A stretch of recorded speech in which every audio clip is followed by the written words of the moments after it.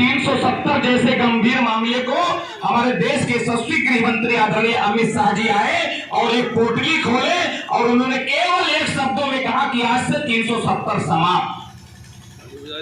पूरा संसद अचंभे में कि 370 कोई ऐसी चीज है क्या कि पोटली खोल कर 3 मिनट के अंदर कह दिया जाए। जो 70 साल में नहीं खत्म कर पाए थे, हमने 70 सेकंड में 370 समाप्त किया।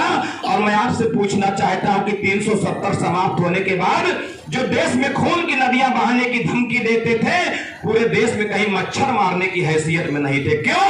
क्योंकि आपका प्रधानमंत्री मजबूती के साथ, आपके आशीर्वाद से, आपके ताकत से दिल्ली की गद्दी पर बैठा है और वो तय कर रखा है अपने उत्तर प्रदेश में जब पूर्व की सरकारों में किस प्रकार गरीबों की जमीनों पर कब्जा कर लिया जाता था, किस प्रकार सरकारी जमीनों पर गुंडे माफियाओं का बिल्डिंग खड़ा था।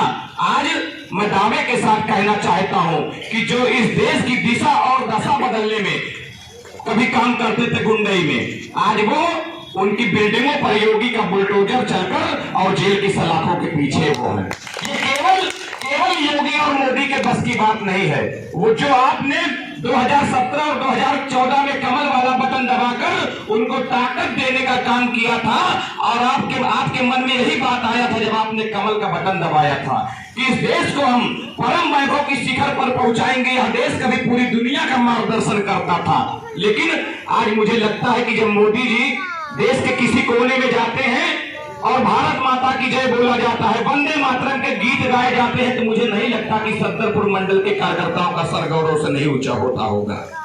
आप लोगों को लगता होगा कि हमने सही निर्णय लिया कि कमल वाला बटन दबाकर भारतीय जनता पार्टी की सरकार, क्योंकि भारतीय जनता पार्टी का कोई भी कार्यकर्ता पद और पैसा प्रतिष्ठा के लिए काम नहीं करता। उसके मन में बस एक चाह है कि हम अपने भारत माता के खोए हुए सम्मान को फिर से वापस लाकर और पूरी दुनिया को ये बताने का काम करेंगे कि देश बदल रहा है।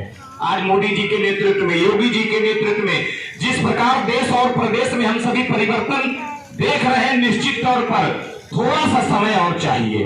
अगर वो समय देश की जनता ने दिया तो मैं विश्वास के साथ कहता हूं कि जिस राम राज्य की स्थापना की कल्पना के साथ तमाम लोगों ने इस धरती को आजाद कराने के लिए भारत माता जब बेड़ियों में जकड़ी थी और करा रही थी, अपने बेटों से कह रही थी कि आखिर कब तक मैं इस बेड़िए में जकड़ी रहूंगी, उसको जिस प्रकार हमारे मनीषियों ने अपने खून से सींच कर हमको स्वतंत्रता दिलाई है, मुझे लगता है कि भारतीय जनता पार्टी ऐसे तमाम मनीषियों का सम्मान अगर कोई करता है तो वो भारतीय जनता पार्टी करती है।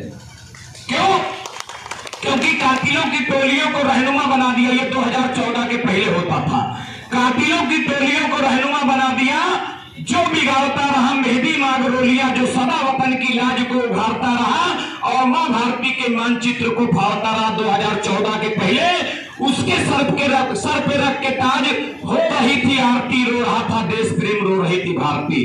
लेकिन 2017 में जब भारतीय जनता पार्टी के कार्यकर्ता जन जन से संपर्क करने के लिए निकले, 2014 में निकले, 2019 में निकले, तो उन्होंने कहा कि जो हमारे मातृभूमि को सुकून दे और देशद्रोहियों को गोलियों से भून दे, ऐसे सरफरोश का हमें प्रकाश चाहिए। देश के लिए पटेल या सुभाष चाहिए। अभी मैंने सोशल मीडिया पे देखा अखिलेश यादव देश के लौह पुरुष जिसके कारण देश एक सूत्र में बना, ऐसे सरदार पटेल की तुलना जिन्ना से किए हैं। अभी आप लोग सोशल मीडिया पे देखेंगे अखिलेश यादव ने कहा कि पटेल और जिन्ना एक हैं। अब उनको इतनी अकल नहीं कि जी एक पटेल जी जो तमाम रियासतों को एक करके भारत को अखंड बनाने के लिए प्रयासरत रहे, और एक जिन्ना जो भारत माता के अंग को भंग करके अपने कुर्सी की खातिर पाकिस्तान बनाने का काम किया। जमीन आसमान का उनके जिन्ना पटेल जी के आगे तो उसी प्रकार है जिन्ना का नाम, जिस प्रकार सूर्य के सामने दीपक दिखाया जाए। लेकिन अखिलेश यादव की अक्ल को क्या कहा जाए। मैं ईश्वर से यही प्रार्थना करता हूं कि ऐसे तमाम देशद्रोही बयानबाजी देने वालों को सरबुद्धि दे और हम सभी को एक बार पुनः भारतीय जनता पार्टी के लिए काम करना है, भारतीय जनता पार्टी के समर्थन में खड़ा होना है, भारतीय जनता पार्टी की उपलब्धियों को गांव गरीब किसान तक पहुंचाना है। ये अकेले मेरे बस की बात नहीं, कपिल देव की बस की बात नहीं, आज मुख्य अतिथि जी आए, इनके बस की बात नहीं। जब तक आपका साथ, हमारे साथ, भारतीय जनता पार्टी के साथ, संगठन के साथ, योगी मोदी के साथ नहीं रहेगा, तब तक मुझे नहीं लगता कि ये मिशन हम लोग कामयाब कर ले पाएंगे। इसलिए आपका साथ मांगने आया हूं। इस विधानसभा में विधायक कोई हो, शर्त यह है कि भारतीय जनता पार्टी का कमल खिलना चाहिए। आप सभी अगर तय कर ले तो निश्चित रूप से दुनिया का कोई ताकत इस विधानसभा में जिस प्रकार आजादी के बाद पहली बार 2000